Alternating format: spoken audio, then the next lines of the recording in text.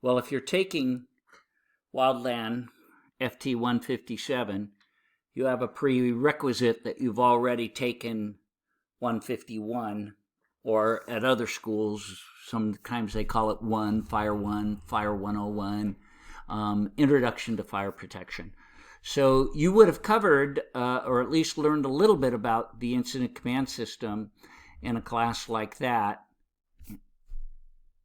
Wait a minute. Okay, well, we're going to talk about the incident command system. And anyone who is in this class, wildland firefighting class, has to have already taken 151 or basic introduction to fire protection. Some schools call it 101, some call it Fire 1. It's all basically the same class. But in that class, you do have a section on incident command system. So we're going to run through this really quick and just remind you some different things about the incident command system, especially as it applies to wildland fire behavior. So what is it? The incident command system is a standardized or a basic on-scene all-hazard incident management concept. So a lot of people don't realize this, but you can use the incident command system for organizing a wedding, a party, anything. It's an organization and management system. It allows its users to have an integrated organizational structure that grows, expands, or detracts or goes down in size per the need. You only build it as big as it needs. So if you have just a couple of apparatus on an incident, you are going to maybe use only the incident commander, and that's the only position that you fill. But as the system grows, then more and more people get added into the management system. It uses management best practices.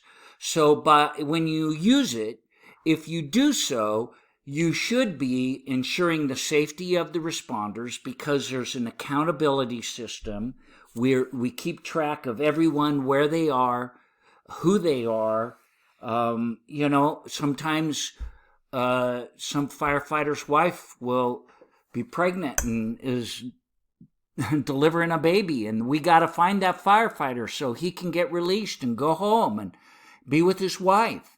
Well, where is he in this big, huge Malibu fire or whatever earthquake incident? Well, if we're using ICS the way we're supposed to, we know exactly where he is or she is. So the achievement of tactical objectives and the efficient use of resources, these are all things that if we do it right, it's going to work out really well. So a little bit of history about the ICS system. It started after the 1970 wildland fire season, which had all sorts of horrifying incidents. There was a huge fire in Monterey that year. There were fires all over the state of California that were very challenging. And as the fires got bigger and I don't even think they called them strike teams back then, but engines were coming from other fire departments, they realized they didn't use the same language. They didn't have a common radio frequency. They had different kinds of hose. I mean, it was just a nightmare. So they realized they needed to do something about it. So they went to the federal government and got a grant. And the federal government funded the program that they called FireScope. And we had a presentation in class about this. And it began as a work on a system to try and manage fires. And so not only did they make this system for wildland was its origins, but it eventually became an all-risk system that's called the Incident Command System. So, they realized that they had a lack of accountability, poor communication, lack of planning. They had too many chiefs and not enough Indians, and some of the chiefs were overloaded, didn't have enough resources at their hands. So, and they didn't have a good way to integrate interagency requirements. We did have a Department of Emergency Services back then in California, but now there's a much better system. So as they looked at these things, that's what led to the development of ICS. Now, ICS is still used, but we've kind of upgraded it. We've kind of put it on crack, right? We've upgraded it, and now we call it NIMS, because after 9/11 and Hurricane Katrina, there were issues with, certain states weren't using it. Certain cities weren't using it. There wasn't a system to go from city to county to state to federal government that was as fluid as what we have now.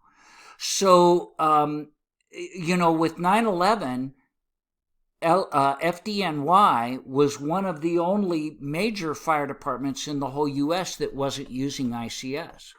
And this is one of the reasons why their chief and a couple of his assistants died at the Twin Towers, was because they were in the lobby running the fire. And in the ICS system, you should be away from the incident, close enough to be able to manage, but not in it. And they wouldn't have died if they were using ICS. With Hurricane Katrina, the problem was that some of the states called for help from the federal government right away. Louisiana did not. Now, that all got blamed on President Bush, but really it wasn't his fault. He didn't make Katrina hit. He didn't make the government slow to respond. What really happened was that the state of Louisiana didn't ask for help, and there's a lot of politics to that as to why, but most people know that Louisiana is one of the more corrupt states in the U.S., and there are a lot of issues with their asking the federals to come in and help, that they didn't want the extra stuff that came along with the federal government helping. So, there was a slow response because the system wasn't as good. So that's why they made the National Incident Management System and Homeland Security. And now we have processes, protocols, procedures that are used by all responders. And I remember when I was on the department, when I'd gone into fire prevention shortly, not right after, but not too long after 9/11, and NIMS came down the pipe, and we all had to take a class. And I said to my captain, I said, I've already taken ICS 100. And he says, yeah, this is NIMS 100. You got to take it. And I had to, it basically was the same thing over again until the last chapter where they talked about how we respond nationally. So there's a national response plan now. So as you can see, the Homeland Security is the big kahuna of this thing, and then it breaks down into different agencies, and there's more of a federal coordination. The federal government has a avenue to get involved at a faster rate and to help the states when they get overwhelmed with an incident, whether it's a hurricane, an earthquake, or an act of terrorism. So more consistent approach. Now, the benefits, back to ICS, the benefits of ICS is it meets the needs of incidents of any kind or size.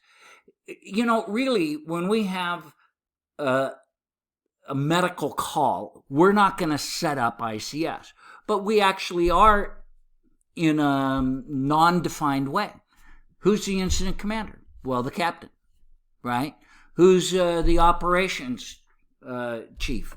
Well, kind of maybe the engineer. And then we have the medical, branch. And that's the two paramedics, So, we don't label things like that. We don't define it like that. But in a sense, we're still using it. We use it on little fires and big fires, little events and big events. but it flexes with it. So it allows personnel from different agencies to come together and work together. It provides that administrative and logistical support. Usually we're not going to set up logistics, planning, and finance because that's done on those smaller incidents by headquarters. But we will set up the operations part on even the smallest of fires. Not a trash can fire, but the smallest house fire, a small business fire. So it's cost effective. It helps so that we're not duplicating efforts. Now, what are the different common denominators or the different aspects of ICS? Well, one of them is they came up with they saw the need for common terminology. Some departments uses 10 codes and some weren't. And they said, no more 10 codes. We use common terminology. Our organizational functions, they have a common name. All of the section leaders are called chiefs. All of the command staff are called officers. There's a common terminology. A common terminology for the facilities, for the resource descriptions. We use strike teams. When you ask for 5 Type 3 strike teams, everybody knows what you're asking for. So they use plain English and they use common terminology. Also, the system has a modular top-down fashion where you look at some of these charts that we're going to see today and they're intimidating and you think, I got to put somebody in every single one of these. No, you only put someone in it if you need it. If the IC can't handle everything, then you put an ops chief underneath them. If he needs a liaison, then you get somebody from PIO to come down and be the information officer. So you grow it as it needs based on the size. So the functions are filled when it's necessary to fill them. Each element, though, must have a person in charge. So if you call for extra incidents, there's certain things you got to do. And number one is if you've called for additional resources, you have to set up a staging. It has to be. If you set up staging, then you need a staging manager. So those positions get filled as the need. There's going to always be a set of priorities and objectives, and eventually we're going to see which leads to an action plan. We've talked about that as one of our 6 A's of wildland firefighting, an action plan. We need a plan. So our priorities are always going to be life. Incident stabilization, that's one that's kind of newer thinking, but we've got to make sure that everything inside the incident is stable. And then property preservation, and then also environment preservation. As we look at our objectives and our priorities, then we're going to come up with a plan. And they call that the IAP, the Incident Action Plan.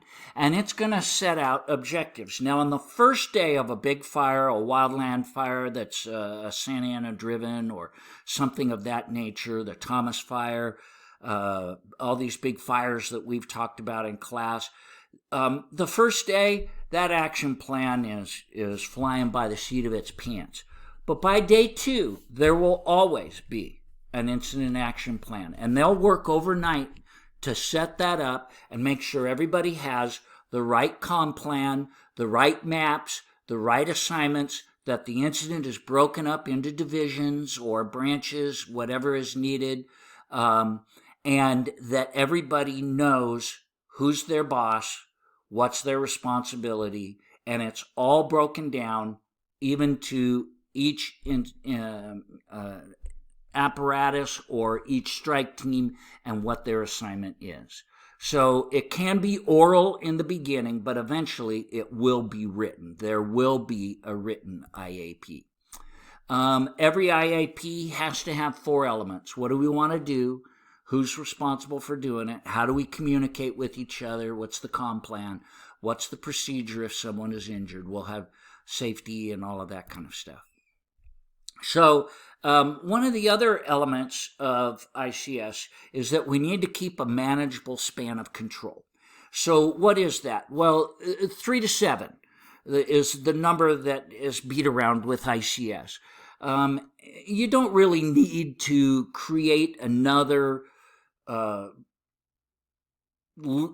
portion or group or whatever, another division, if you've only got less than 3 apparatus or whatever. Once you get over 3 to 7, then we need a chief over that or somebody over that, and we need a leader, and we need to keep those groups. So strike teams, what's the number? Well, you guys should know by now, 5.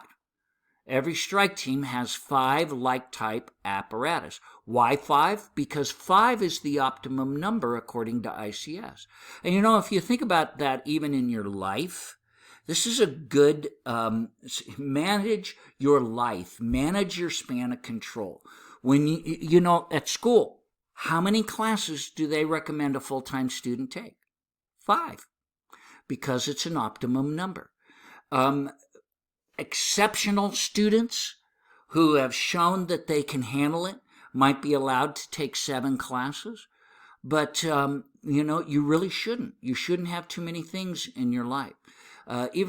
Maybe take an assessment of your life.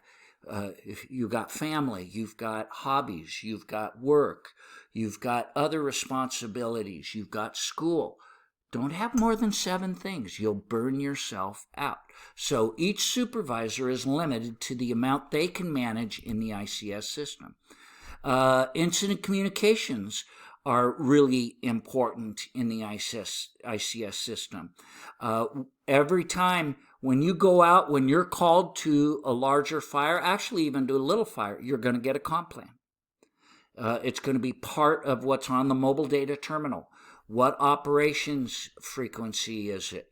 And if you're broken down into another portion, what frequency are you on? So every resource is going to be given the comp plan, and it's broken up into divisions, but also into different branches. So the Air Force, they're all going to be on the helicopters and the planes, they're going to be on a different frequency.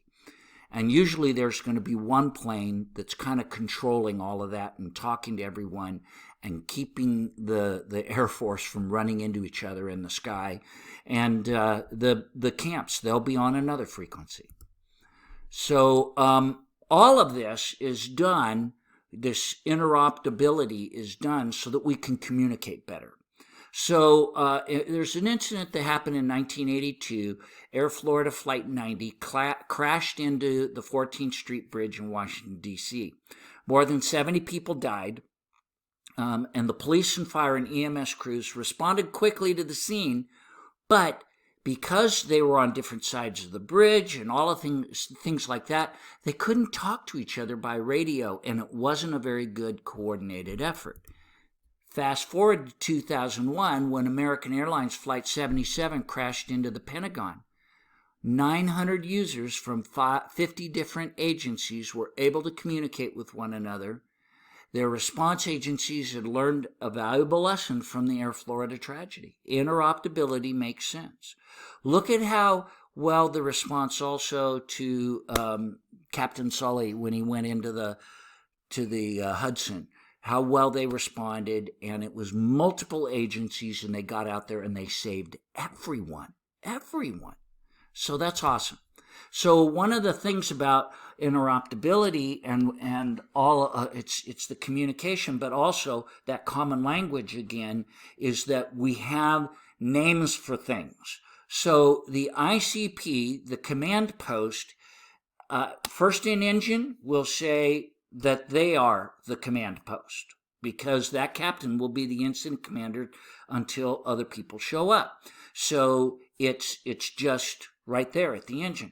But as time goes on, they're going to get a place. And sometimes they set up a tent, like you see in this picture. So it should be outside of the present and potential hazard zone, but close enough to maintain command and manage the incident. Then there are other portions of the incident that get names. So staging, There can be, on a big enough incident, different staging areas where the camp crews are going to stage in one place. Engines for one portion of the fire might stage. So I got to, one of my best staging experiences was I got to stage at Zuma Beach on a fire. And it was pretty cool because we got used during the day, but then we got sent back to staging at night, and we slept on the beach. It was pretty awesome. So, the sound of the ocean, looking up at the skies, it was like going to camp or going on a hiking trip. It was pretty cool. So there may be more than one staging area at an incident, but there'll always be a staging manager to a staging incident to keep up on all the paperwork and to communicate with the incident command post. Staging area, you want it close enough to the incident for a timely response. Now, it might be at the same place as base. It might be at the same place as helibases or helispots. They might have one big, huge area where they're doing all of those things, but usually they're here and there throughout the incident. One thing I forgot to say on the other, what was that? When you are in staging, that's an assignment. You are assigned to staging. Okay, don't forget that. There is no en route. You are either assigned to a portion of the incident where you have an assignment, you're assigned to staging, or you're out of service. So, there's also the base. Base is a big place. Usually base is where all the logistics are going on. At base, there might be showers. There might be, it might be just a big supply depot. So base is usually a big deal. Sometimes camps are at the same place at base. Sometimes they're at a separate place. So that's where the resources can be kept, where they can sleep, and not all incidents are going to have camps. We have an incident out here in Santa Clarita. They usually shut down Central Park, which is a really big park here in town, and that's where the base and the camps all go. So they can, set up their tents out on the grass, and it's a nice, safe place, and there's bathrooms there as well as they'll bring in portable restrooms. Helibase, there's also a helibase and a helispot. What's the difference? Well, helibase is more where you park. So helibase, the helicopters will go park, turn off the engine. They might get mechanical. They are going to be down for a long-term basis. They might be staged there. They might fuel. They might get, maintenance and things like that. Now, you might get fuel at your helispot as well, but the big difference between a helibase and a helispot is the helispots are more temporary locations where helicopters are landing and taking off and landing and taking off constantly, and usually they don't even turn off the rotors. So there could be multiple helispots throughout the incident so that they can fill them up with fuel or with water and foam rapidly without a wait. It really looks bad when you got a bunch of helicopters sitting in line up in the air waiting to land and get water and get back to the fire. So they'll have multiples. Some of the other aspects or elements of the incident command system is we want to work together. And we want to have good tactical support. So we want to have the good resources out there. Personnel and major items of equipment need to be out there. We need to have good support resources. So a lot of times you'll show up an incident and they hand you a radio and say, use this radio. It's all preset up for you. If you need more gloves, in the old days, you used to be able to, go to base and get tons of supplies and kind of take them home with you. They're a little more picky about that than they used to be. Now, when we have our resources out there, as I mentioned before, there's 3 classes. You're either assigned, you're available, or you're out of service. So if you are currently working on an assignment under the direction of a supervisor, you're assigned. If you're at base camp, you're actually assigned to base, but you are available for any kind of response. then out of service is only if something's broken down with your engine, or you have somebody who's been injured and you have maintenance issues or whatever, you're out of service. You're not available. Those are the only three types of status. We want to just kind of close off a couple of slides here. Chain of command is an important part of the ICS system. Everybody has a boss, and every boss has people who are under them. And it's all broken down, and we keep to that 3 to 7 and 5 optimum. We also have the element of unity of command in ICS, where multiple jurisdictions can work together, but we're still going to have one person in charge. So don't confuse unity of command with unified command. Unified command is when there are multiple leaders from different agencies. Unity of command is when there's one leader, but all the agencies work under them. So that's unity of command. Unified command enables all responsible agencies to manage an incident together by establishing common set of incident objectives. The incident commanders can make joint decisions when we have a unified command, so they work together. And this is when we have multiple incidents in a small area. We'll do unified command. Again, though, each employee only reports to one supervisor. Whenever there's a transfer of command, and this can happen multiple times through an incident, as an incident grows, they might call the feds, and the feds send a team that work together all the time with an incident commander that's the main thing that this person does. So whenever that happens, we need to transfer command. So it moves the responsibility from the incident commander to another person. And so if there's going to be a transfer of command, you don't just look at them and go, hey, you're it, tag, you're it. No, there has to be a briefing, and it can be oral, written, or what's best is both. An oral explanation where everything's at with paperwork that supports it. When you have a transfer of command, it's usually when a more qualified person assumes command. So some of you have been in fire crews and things like that, and you may have seen this. You show up at an incident, and who's in charge? Who's the incident commander? Well, the first-in captain. And maybe that first-in captain's a new guy. And then some other engines show up, and boom, he wants to transfer command to one of the more experienced captains. Well, that might happen. Usually, though, they're going to wait until a chief shows up. So the battalion chief shows up, transfer of command. Battalion chief takes over, and they let everybody know. Battalion 6 is now incident commander. Then the Battalion 6 no longer is referred to as Battalion 6. They are now IC of this incident. So they will be called by the name of the incident and IC. And then if somebody higher in rank comes along, then again, transfer of command. So there's a normal turnover of personnel on extended incidents. And even then, the new captain coming on in the morning gets a briefing from the commander of that apparatus, the captain from the previous day. So this has got to happen all the way across the board, from the incident commander to division chief to division, or ops chief to ops chief. Somebody new comes on to run a division. We're going to keep doing that all the way down the chain. Now, one of the last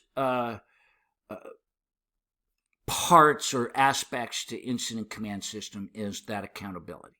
We need to keep accountability. It's a very big part of it. So when you show up at an incident, you are responsible to check in and to check in properly. All responders got to report in to where they were assigned to go. And also, we're going to have, for accountability, we're going to pass that incident action plan and keep everybody in it and know where they are and who they are, and we're going to keep that unity of command. And that accountability also involves that span of control. So there's always got to be a boss of every entity So every camp crew has a superintendent or a foreman or whatever they call them, a crew chief. And every section of hand crews will maybe have a supervisor over them.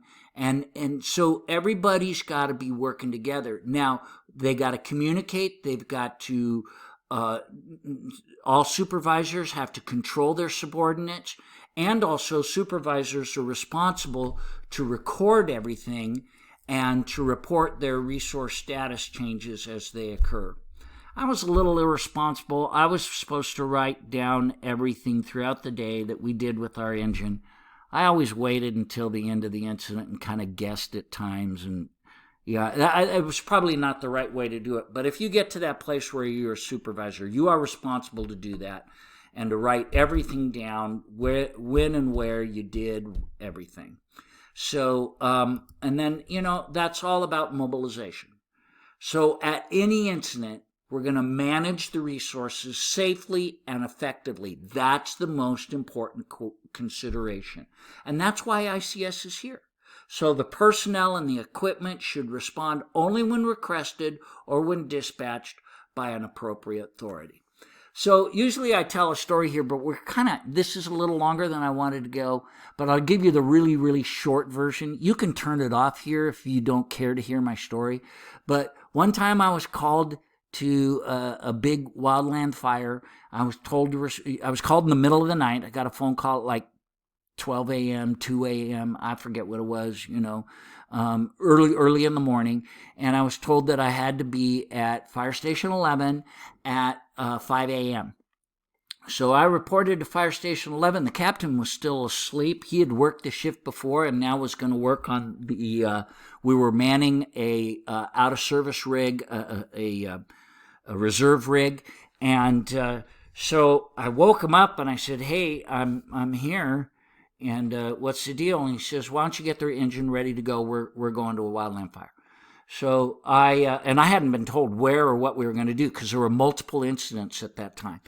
So I went, I got the radios ready. I got and a couple of the firefighters started showing up, and so they helped me out and we got everything set up. And so I go into the office and he's still talking to some of the other captains in the office. He finally got out of bed. And I said, hey, we're ready to go. Where are we going? And he goes, hold on a second, did you get the radio? Yeah, I got the radio. Oh, okay. Well, yeah, we're going to get going here. And so we get in the rig, and I said, where are we going? And he goes, well, the first thing we need to do is get breakfast. And I'm like, oh, okay. So we drive down Lake Avenue, and we find this place, and we bought breakfast burritos. And I had to eat I'm driving. I can't eat and drive, so I had to eat mine really fast, scarfed it down. And I said, okay, where are we going? We're going to Malibu. Oh, okay. Where do you want me to report? Zuma Beach. That's staging. And it's the one I told you about earlier. We responded to Zuma Beach. Well, we get to Zuma Beach, and when we got to staging, the guy kind of looks at us, scratches his head, and he says, well, I don't have you here on the list as reporting here, but we'll write you down, and I'll respond to the incident commander and tell him that you're here. So we ended up, going out with a strike team who they just added us to another strike team. So we were a 6-engine strike team instead of a 5-engine strike team. And then they sent us to lunch, and then they sent us to dinner. And then we got to sleep on the beach. It was a pretty awesome day, actually. Excuse me. And then the next morning after we woke up, we were told we were released, and we drove back to Altadena to Fire Station 11. We pull into the station, and the chief is standing in front of the station, furious. And, he looks scary, right? So I back the rig in, captain jumps out, and boy, the screaming begins. Where the blankety blank you been? And, oh my gosh, swear words, screaming, yelling. And my captain, who did have a nickname of Missing Link, so he's like going, well, we went to Malibu like we were told. And he goes, no, you were assigned to the such and such incident, and all day they were trying to find you. And they were calling you on the radio, and you guys are too young to remember an old show, Car 54, Where Are You? But that's what was going on. It was like, Car 54, where are you? It was a funny little thing in a show when I was a kid. But turned out we were at the wrong incident. And nobody figured out where we were, and nobody where we assigned figured out that we were at the wrong place. He ended up getting time off. I didn't get in trouble because I just went where I was told. I actually got deposed. I had to do a interview with somebody about the whole thing. And oh my gosh, that captain, he got in big trouble. He made some future mistakes and eventually got fired. Well, that's my little story about mobilization. You need to be at the right incident, go to the right incident, and make sure that you've got all the right information. Okay, there's going to be a second half to this that we're going to do when we do our Zoom.